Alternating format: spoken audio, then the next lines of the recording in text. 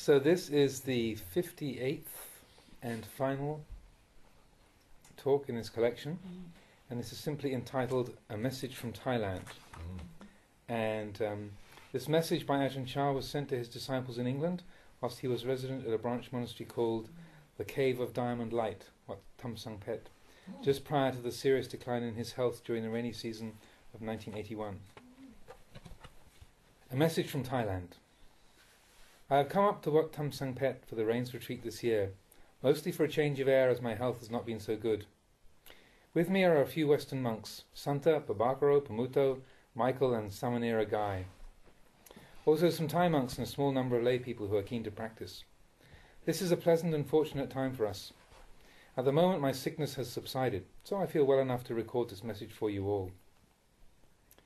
Because of this ill health I cannot visit England, so hearing news of you from some of your supporters who are staying here has made me very happy and relieved. The thing that pleases me most is that Sumedho is now able to ordain monks. This shows that your efforts to establish Buddhism in England have been quite successful. It's also pleasing to see the names of the monks and nuns whom I know and who are living with Sumedho at Chithurst: Anando, Viradamo, Sujito, Upano, Kittisaro and Amaro. Also Mechis Rochana and Chandasiri. I hope you're all in good health and living harmoniously together, cooperating and proceeding well in Dhamma practice.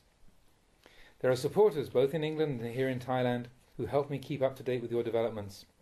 I gather from them that the building work at Chithurst is complete and that it is now a much more comfortable place to live.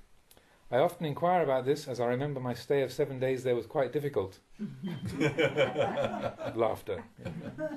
I hear that the shrine room and the other main areas are now all finished. With less building work to be carried out, the community will be able to apply itself more fully to formal practice. I understand also that some of the senior monks have been moved off to start branch monasteries. This is normal practice, but it can lead to a predominance of junior monks at the main monastery. This has been the case in the past at Wat Pong.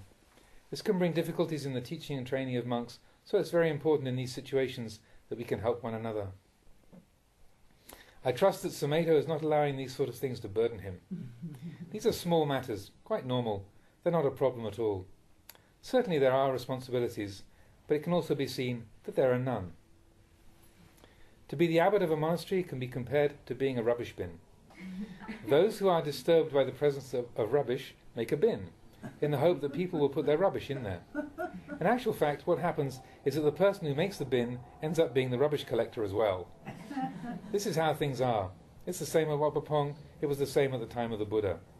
No one else puts the rubbish into it, so we have to do it ourselves. And everything gets chucked into the abbot's bin. One in such a position must therefore be far-sighted, have depth, and remain unshaken in the midst of all things. They must be consistent and able to persevere. Of all the qualities we develop in our lives, patient endurance is the most important. It is true that the establishment of a suitable dwelling place at Chithurst has been completed. The construction of a building is not difficult. A couple of years and it's done.